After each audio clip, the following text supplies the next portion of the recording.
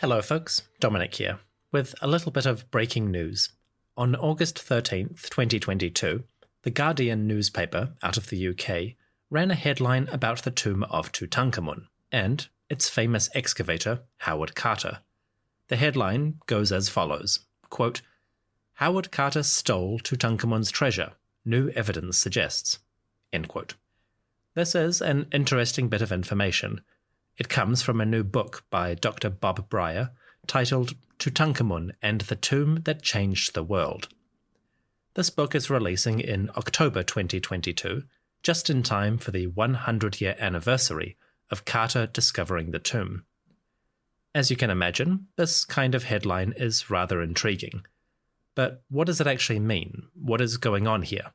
Let's break it down and get a sense of the context. The story begins in 1934, 12 years after Carter found the tomb. In that time, the excavator had been steadily working to document, conserve, and remove items from the monument. Those treasures were recorded in Luxor and then shipped off to the Cairo Museum. Mostly. In 1934, Carter sent an object to one of his colleagues, a man named Alan Gardner. Gardner, a prominent Egyptologist and expert in language, had been Carter's translator for most of the excavation. Whenever there were important texts to study or document, Gardner did that work. Until 1934. In that year, Carter sent Gardner a Wehem amulet. This is a small object used in funerals. Specifically, Wehem amulets are part of the opening of the mouth ceremony. The tomb of Tutankhamun had several Wehem amulets, and most of them had been recorded and shipped to Cairo Museum. But not this one. Carter sent the amulet to Gardner as a gift, and when he did so, Carter assured Gardner that the amulet did not come from the tomb of Tutankhamun. On that basis, Gardner accepted it. He had already accepted other, smaller gifts from Carter in the past. But Gardner still took this item to a colleague, Reginald Engelbach, at the Cairo Museum. Engelbach revealed the truth. This Wehem amulet was from the tomb. It matched several others in the same style delivered by Carter to the museum. The design and decoration of this amulet was identical with the others. The item came from Tutankhamun. Gardner was mortified, and he immediately returned the amulet to Carter. He sent a letter describing Engelbach's report, and he chastised Carter, complaining, quote, "I deeply regret having been placed in so awkward a position." Bearing in mind that Gardner was an English academic of the old Victorian sort, this understated language was a strong reprimand. Essentially, Gardner was pissed. This is the story as it's available now. More information will come to light following the publication of Breyer's book and the archival research he undertook. For now, let's discuss the significance of the revelation. You may be thinking, okay, so Carter stole an amulet. Is that really such a big deal? It's one amulet out of many from the richest tomb in history. Why is this headline news? Fair enough, I can see where you're coming from. In this case, the problem is not the object itself, not the size, nor the value. The problem here is Carter's attitude. He sent the amulet to Gardner as a gift, as if it were his property to distribute or bequeath. Unfortunately, there was no legal or moral basis for that attitude. By 1934, Carter and the Egyptian government had butted heads several times on issues related to the tomb. The legal position was clear and settled. Carter was the primary excavator, the scientific authority, and he could manage the excavation as he saw fit. However, the Egyptian government, representing the Egyptian people, were the owners and holders of the tomb and its contents. By every measure, legal and moral, Carter held no rights to the treasures of Tutankhamun. By giving this amulet to Gardner as if it were his property, Carter disregarded or even disdained that situation. This act of ownership also touches on the larger issue of Carter and Egyptology's colonial legacy. Like it or not, this field developed in a context of imperial and adventurist projects. Carter's attitude to the treasures of Tutankhamun was not unique. The whole field was rife with similar attitudes and behaviours.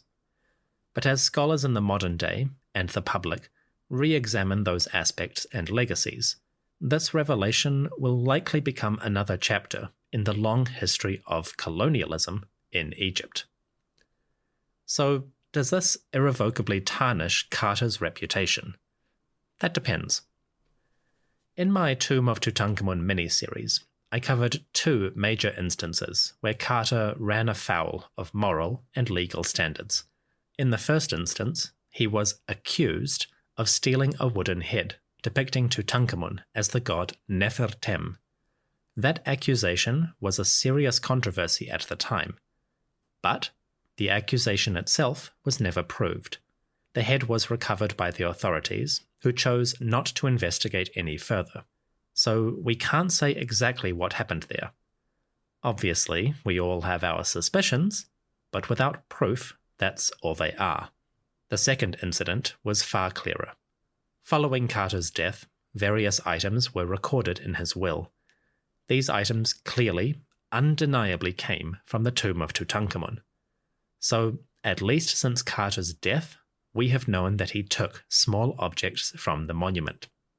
None of that is excusable, and to the best of my knowledge, no Egyptologist denies Carter's failings as a human being. But that's the complicated part. For scholars, Carter's reputation has never been personal or moral. He is not remembered as a shining beacon of virtue or personal excellence. Instead, Carter's Egyptological reputation is founded on the care with which he excavated the tomb of Tutankhamun, the patience with which he recorded and conserved objects, the way he minimized damage and preserved them for posterity. Compared to his contemporaries and predecessors, Carter was meticulous and respectful of the treasures he discovered. However, even in the bubble of academia, it is clear that Howard Carter and the tomb of Tutankhamun have a sort of mythical aura around them. For the general public, this discovery is one of those events that is so famous, everyone knows something about it. But realistically, it is hard to explore all of the context around those stories for every historical event. So, Carter and the tomb of Tutankhamun have picked up an aura of fame and splendor. From that perspective, yes, this probably does tarnish the legacy of Howard Carter. It does not change the importance of the tomb, but the man himself will probably lose a few fans over this incident. That is a good thing. While people like Carter deserve credit for the excellent work they did, we do ourselves no favours if we elevate them on pedestals, or view them as anything more than human.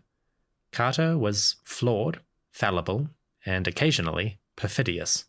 From the Egyptological perspective, Carter was a better archaeologist than many of his predecessors and contemporaries. But was he a better man? That is a far more difficult question. On a positive note, Breyer's research does prove an important point. There is still a wealth of information to be found in archives and documents. Archaeologists work in the ground, but the records and reports surrounding that work have their own value. If nothing else, this revelation does show how research in the archives can still yield valuable results.